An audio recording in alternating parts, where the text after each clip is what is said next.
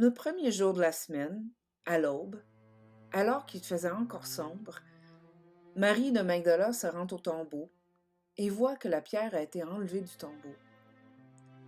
Elle court, rejoint Simon-Pierre et l'autre disciple, celui que Jésus aimait, et elle leur dit « On a enlevé du tombeau le Seigneur et nous ne savons pas où on l'a mis. » Alors Pierre sortit, ainsi que l'autre disciple, et ils allèrent au tombeau. Ils couraient tous les deux ensemble, mais l'autre disciple courut plus vite que Pierre et arriva le premier au tombeau. Il se penche et voit les bandelettes qui étaient posées là. Toutefois, il n'entre pas. Arrive à son tour Simon-Pierre, qui le suivait. Il entre dans le tombeau et considère les bandelettes posées là, et le linge qui avait recouvert la tête. Celui-ci n'avait pas été déposé avec les bandelettes, mais il était roulé à part dans un autre endroit. C'est alors que l'autre disciple, celui qui était arrivé le premier, entra à son tour dans le tombeau. Il vit et il crut. En effet, il n'avait pas encore compris l'écriture selon laquelle Jésus devait se relever d'entre les morts.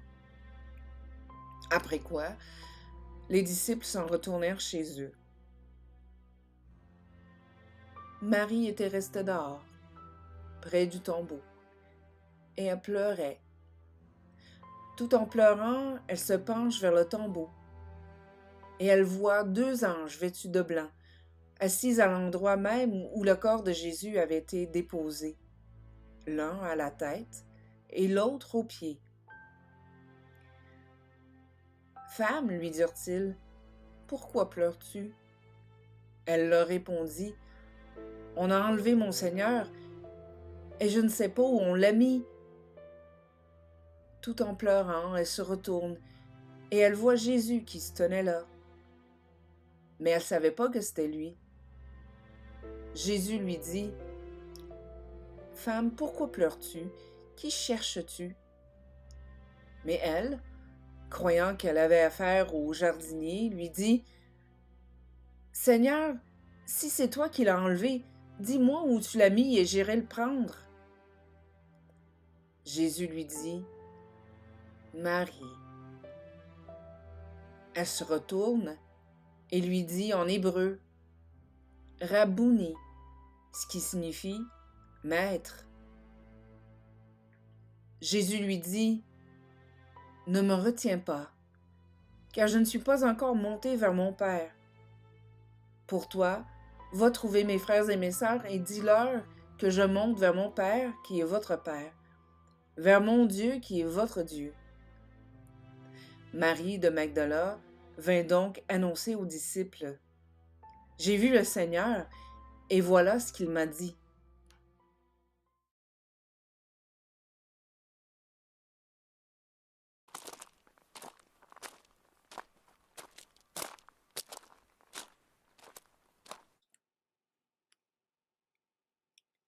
Elle croyait que c'était le jardinier. C'était le jardinier. Pas celui qu'elle pensait, mais plutôt celui du commencement.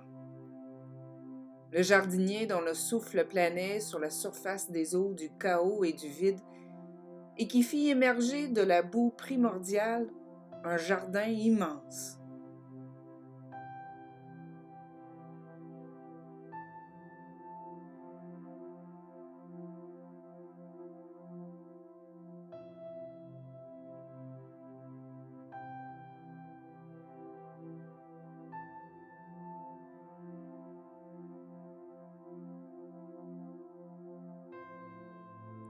C'était le jardinier.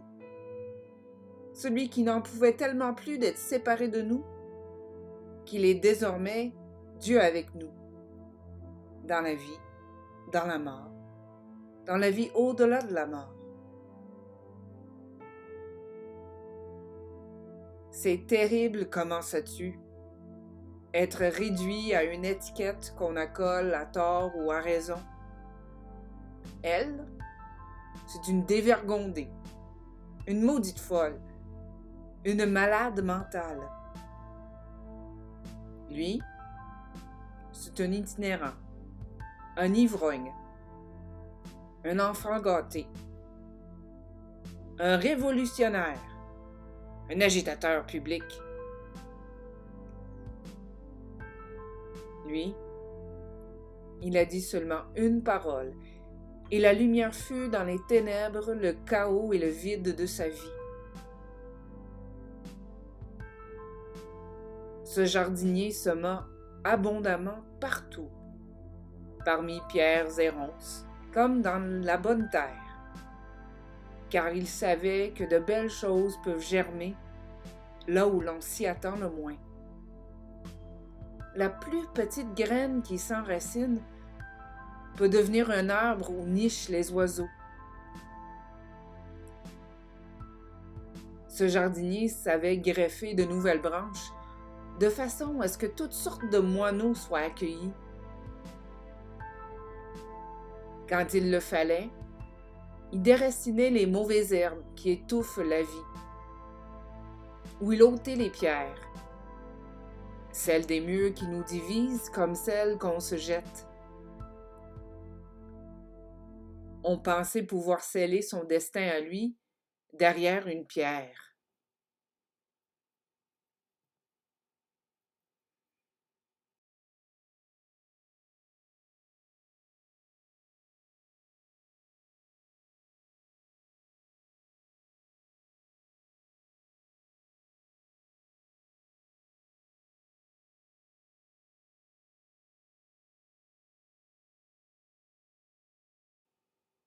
On craignait l'expansion et la floraison de ce qui s'aimait. Un monde où le loup et l'agneau habitent ensemble, où les carnivores choisissent de manger de l'herbe et où l'on n'apprend plus la guerre. Ça tuerait l'économie et les privilèges des puissants. Mieux vaut tuer un homme. Pour connaître une vie nouvelle, il faut perdre celle qu'on a. À moins qu'un grain de blé ne tombe en terre et ne meure, a-t-il dit.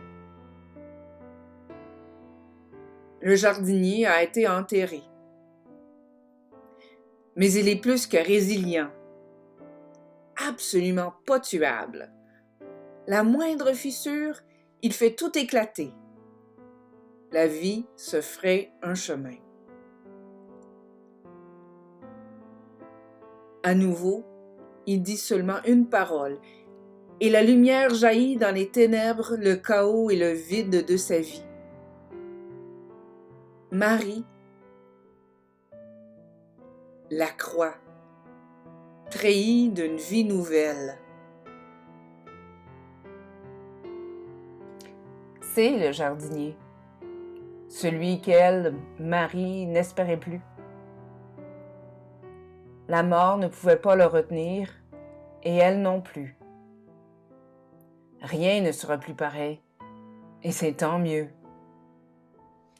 C'est le jardinier.